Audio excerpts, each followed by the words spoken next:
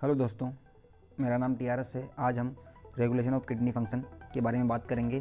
तो देखिए, the function of the kidney if efficiently monitoring and regulated by hormonal feedback mechanism involve the hypothalamus JGAN to a certain extend the heart.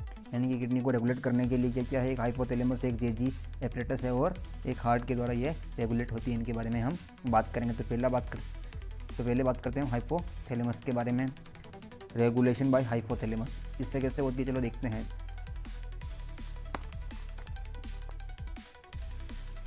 If blood volume plus blood pressure and GRF plus blood body water ये decrease हो जाता है और volume of urine increase हो जाता है, अर्थात हमारी बॉडी के अंदर जो वाटर या फ्लूइड कम हो रहा है, तो इससे क्या होगा कि इस स्टिमुलेट करेगा किसको। अगर ये कम होता है blood pressure, blood volume and GFR and body water, तो ये स्टिमुलेट करेगा किसको, हाइपोथैलेमस को। हाइपोथैलेमस स्टिमुलेट करेगा किसको, पिट्यूटरी को। पिट्यूटरी किसको स्टिमुलेट रिलीज करेगी, ADH। पिट्यूटरी रिलीज करेगी ADH।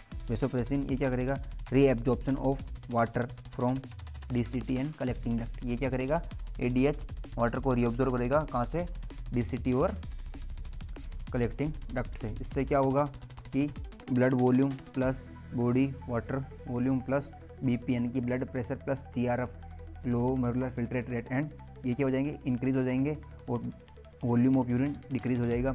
और ये इसमें इंक्रीज होना और इसमें डिक्रीज होना क्या करेगा, इनहिबिशन ऑफ ADH। ठीक है, क्या होगा अगर ADH का सिक्रेशन कम हो जाता है, if secretion of ADH is decrease then we can say diabetes insipidus. अब बात करते हैं आगे वाले। सेकंड है regulation by JG cell of kidney. इसमें क्या होता है, रेनिन एंजियोटेंसिन एल्डोस्टेरॉन सिस्टम काम करता है, इसको शॉर्ट में बोलते हैं RAS। क्या होता है देखिए, if blood volume plus GFR plus blood ion और ब्लड प्रेशर डिक्रीज होता है, तो ये किसको स्टिमुलेट करेगा, JG cell of kidney. JG cell of kidney, JG cell of kidney क्या करेगी, रिलीज करेगी किसको, रेनिन। रेनिन का क्या रोल है देखिए, लीवर रिलीज करता है एंजियोटेंसिनोजन, तो लीवर जो रिलीज करता है एंजियोटेंसिनोजन, तो रेनिन क्या करेगा, इस एंजियोटेंसिनोजन को एंजियोटेंसिन फास्ट में बदल देगा। ठीक है, और यहाँ से लंग्स से आएगा एंजियोटेंसिन कन्वर्ट एंजाइम, ये क्या करेगा, एंजियोटेंसिन फर्स्ट को एंजियोटेंसिन सेकेंड में बदल देगा, जो ये हाईली एक्टिव होता है। और ये क्या करता है, इसके बारे में देखते हैं। एंजियोटेंसिन सेकेंड पावरफुल वेसो कॉन्ट्रैक्टर होता है, ये GFR को बढ़ा देता है और स्टिमुलेट करता है इसको, एड्रेनलिन ग्लैंड्स को। ये क्या रिलीज करेगी, एल्डोस्टेरॉन हार्मोन। ये हार्मोन क्या करेगा, absorption of Na+ from DCT, इसको बढ़ा देगा। ठीक है, absorption of Na+ from DCT।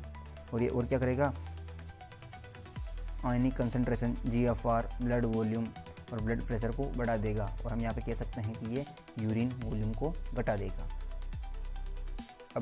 अब हम बात करते हैं नेक्स्ट के बारे में।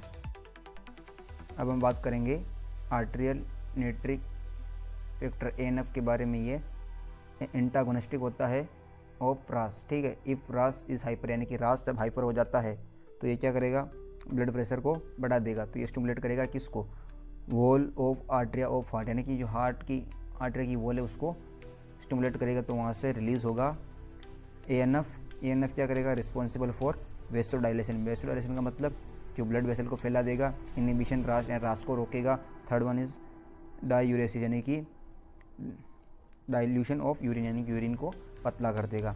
रेनिन क्या करता है, रेनिन BP को बढ़ाता है, जबकि ANF क्या करता है, BP को कम करता है। आशा करता हूँ ये वीडियो आपके समझ में आया होगा और ये आपके लिए हेल्पफुल रहा होगा। Thank you for watching. जय हिंद।